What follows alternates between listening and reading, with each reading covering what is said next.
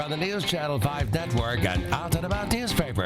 This is Out and About Today, sponsored by the Tennessee Performing Arts Center.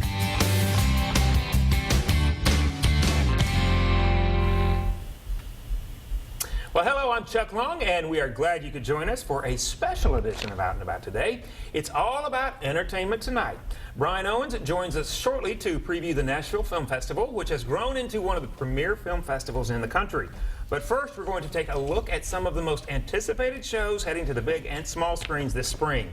Joining me, my co-host, Brent Meredith, an entertainer and pop culture guru, and one of our favorites, Don Brown. Thank you. It's good to be here. We're glad you're here, Don. I miss you guys. Yeah, it's good to be I love it back. when you're here. You've got such great I insight. love being here. And we're talking entertainment, so we said we got to get Don here. Let's do it. Okay, let's do. Okay, if you are as excited as I am, raise your hand for the Looking movie that's going to kind of bring everything to a close for the Looking I am. series. I really I'm am. raising both hands.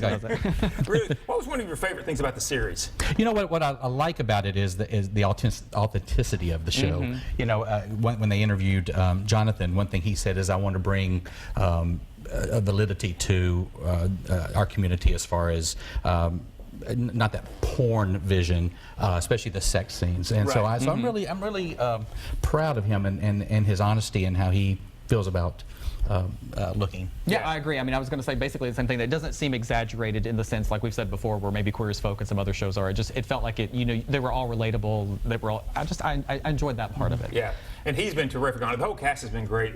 Interesting interview that he did when they're talking about this, though. He talked about being authentic. We want you to take a look and listen, and we'll talk about it on the backside. Here's Jonathan Groff being interviewed about Looking.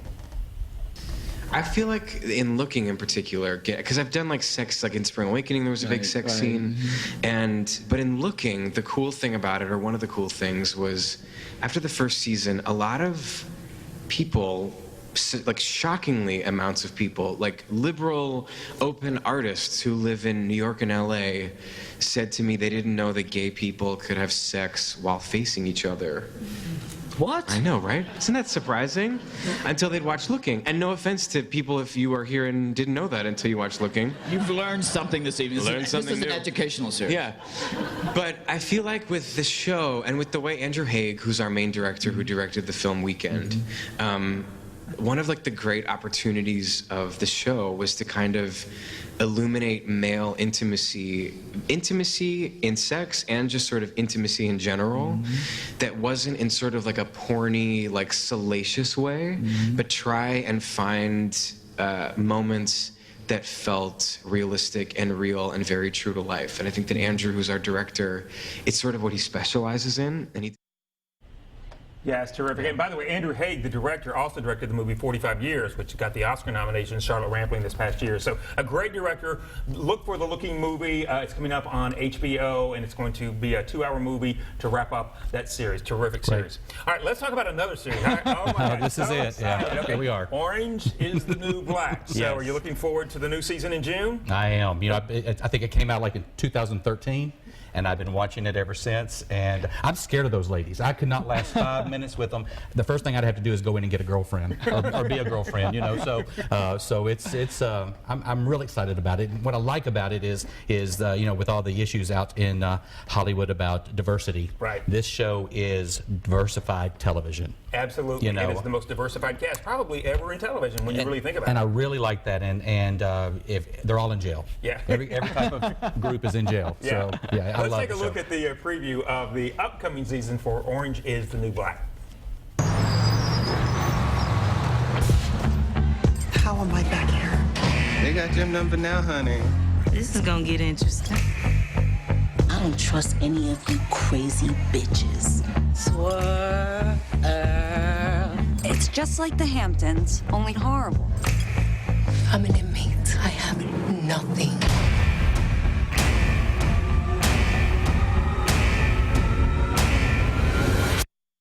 Great. Thank you so much.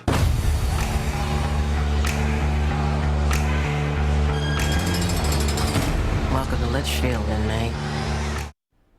Okay, welcome June 17th. I can hardly wait putting it on the calendar. But as I was telling you guys before we started, I literally make Tom wait each week. You could watch it all, in one sitting. You could binge the whole thing, but I make us do it one a week because it's so good. I don't want it to be over. You portion it out. I love it. Yeah.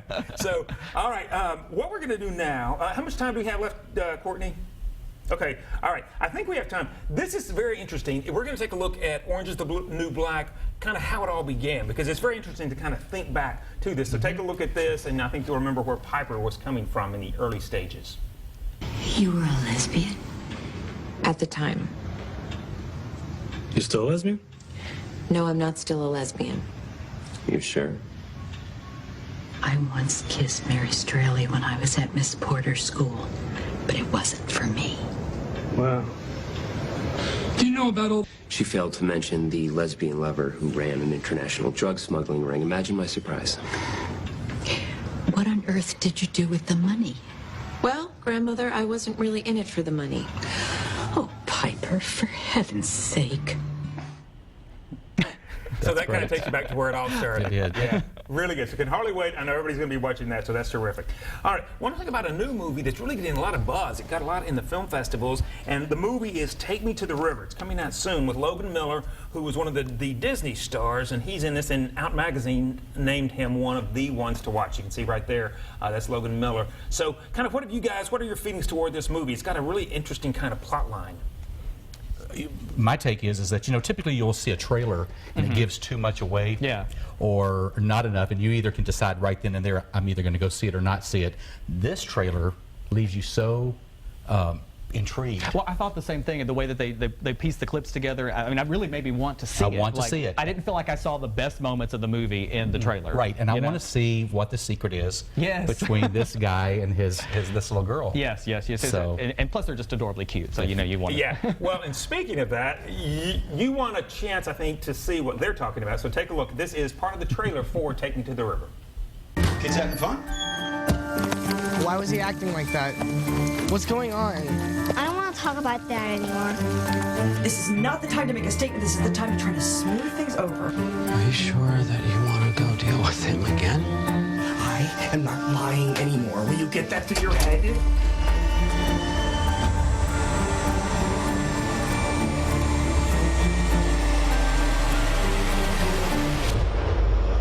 I hope we can let this rest now. I want to see more. I know the gun. Wow. What's the gun? I mean, seriously, and just to let you know, too, because the main character, Logan Miller, he plays a gay teenager from the West Coast who comes to the country, and he has a very strange family, and we don't know any more than that some incidents happen. He's questioned. There's a lot of mystery, a lot right, things to be answered there. Sounds like my family reunion. So I was just going to say really the country scenes reminded me a lot of home. Yeah. All right, so watch for that coming up. Lots of buzz from the film festival circuits. Take Me to the River. All right, quickly, just wanted to talk to you about another movie that is coming out with Paul Rudd and Stephen Coogan. It's called An Ideal Home. So you guys, this is going to be. I mean, you've got two major stars in here, and they've worked together before. They're playing a gay couple, married. One very successful, one kind of living in the shadows. And then one of their, I think Stephen Coogan's grandson comes, he didn't even know a grandson that he had, to live with them. So kind of, what's your take on what this is going to be like? Do you want to go first? Oh my God! Sorry, I'm happy to. Yeah, I'm curious to see. I don't know. I'm a big Paul Rudd fan anyway. Ant-Man I loved. I think he's adorable. I want to see him in this movie. But it's kind of one of those classic like fish out of water stories. You know, you've got the gay parents. One's here, one's there, and then you've got this kid coming in. I don't know. I'll be curious to see what it's going to be. But I believe that he's a successful entertainment. He works in the entertainment industry, so I'm sure there's going to be some interesting aspects of it there. So I'm just excited to see it. And I'm excited to see how old the grandson is, because depending on the grandson, you know, there's a certain age where there is no filter. Exactly. And so there could be a real interesting, because they say it's a drama and a comedy. So I'm looking forward to that. And I'm also excited that Paul Rudd and Steve Coogan, successful actors, are and just coming off really successful movies like Ant-Man and Philomena, that they're willing to do something like this. It's really to come off of a Marvel hero movie and then play a gay husband. Exactly. I think that says a lot about both actors. And one thing's interesting too, and I think you made a point enjoyed about this, Don, and before we went on, was the fact that living in the shadows. You know, for this is something that even in everyday life, you know, when you have a couple, one's in the spotlight, one's in the shadows, how does that balance work? Yeah. So. And then you throw a surprise grandkid on top of it. Yeah, exactly. They didn't even know they had. Go see the movie.